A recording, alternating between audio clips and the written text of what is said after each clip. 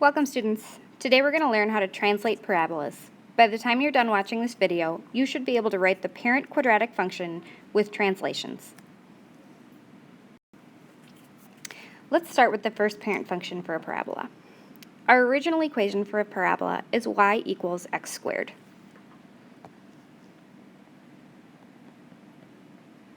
As I consider a table, oftentimes values to start with would be -2, -1, 0, 1, and 2. These are all going to happen right around the origin of a graph. Then if I plug those in, I would plug in -2 for x. -2 squared is the same as -2 times -2, so I get +4. If I square -1, I'll get +1. If I square 0, it's just 0. 1 times 1 is 1, and 2 times 2 is 4. Now I can plot this parabola. I'll start -2 is located up at +4. -1 is located at 1. 0, 0, 1, 1, and 2, 4. This creates my parabola, which looks just like a horseshoe. When we're talking about parabolas, we say that our vertex is located at HK. Notice the vertex of the original parent function is located at 0, 0. When we're shifting a parabola, we will use the equation y equals x minus h squared plus k. We can use the changes in hk to translate our function to different places. Let's try a few examples. State the shifts that were performed on the parent function, and then graph it.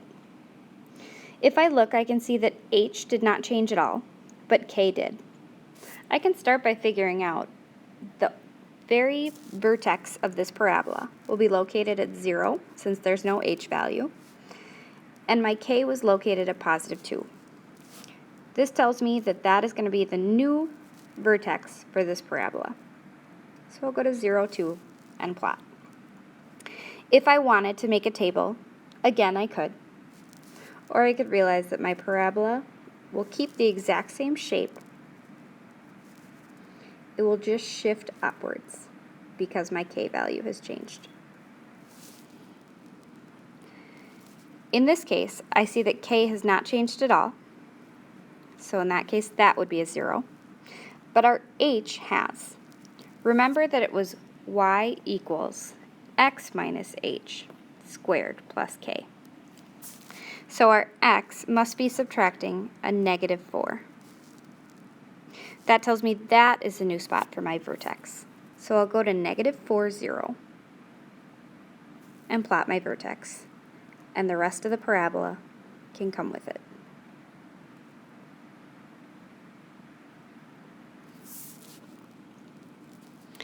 And in my third one, I see that h and k have both shifted.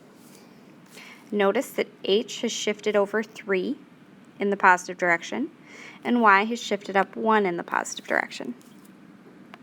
Then again, I'll just reconstruct my parabola. If you are ever struggling to get the graph of your parabola once you've shifted it, just give yourself a new set of points. So make a new table and figure out where those point values will go. Now I'm going to give you the graphs of parabolas, and I want you to figure out what's happening with the shift. As I look at my very first one, I can see that the vertex went from 0, 0 up to -2, 2. Again, we're going to rely on y equals x minus h squared plus k.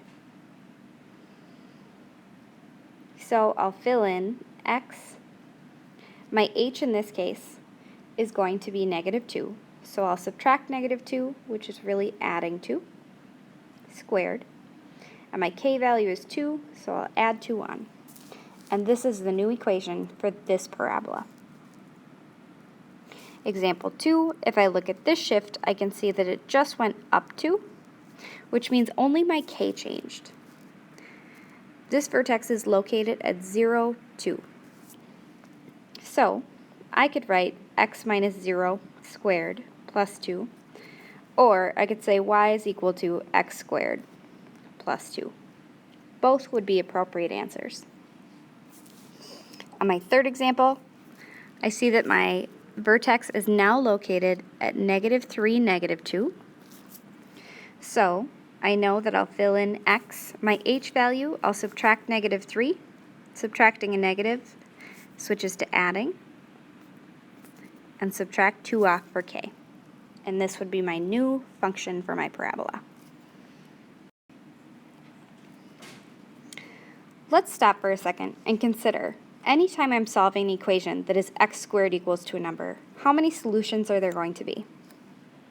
If I went to solve this, I would square root both sides.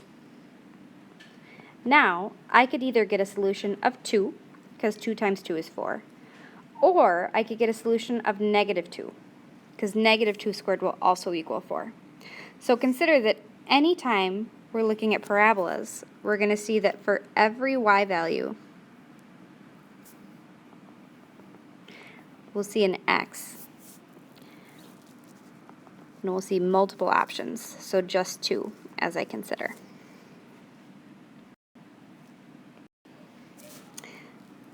Now we're going to try solving some of these equations.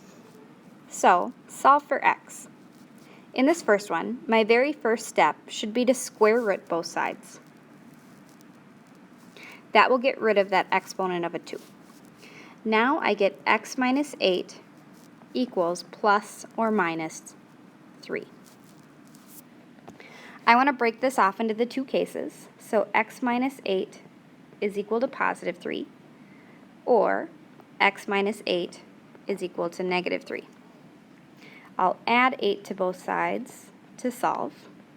Over here, I'll figure out x equals 11. I'll do it again in this example and figure out x is equal to positive 5. These would be my two solutions.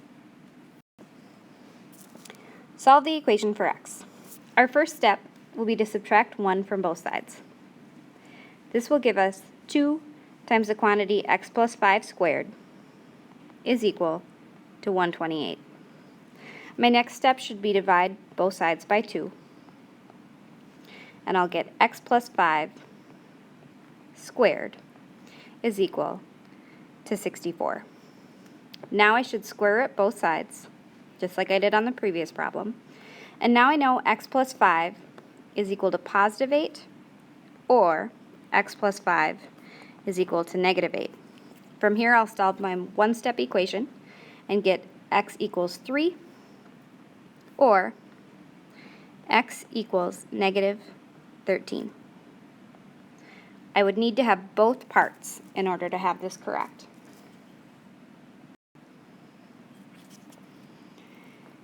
If y equals the quantity of x minus 3 squared plus 2, find x when y is equal to 18. To solve this one, I just need to plug in 18 for y. So now 18 is equal to x minus 3 squared plus 2. I'll subtract 2 from both sides and get 16 equals x minus 3 squared. I can square root both sides like I've been doing and get plus or minus 4 is equal to x minus 3. Then I'll break it off into two cases. X minus 3 equals 4, and x minus 3 equals -4. I'll add 3 and figure out x could be 7. Or if I add 3 to this side, I'll figure out x is -1.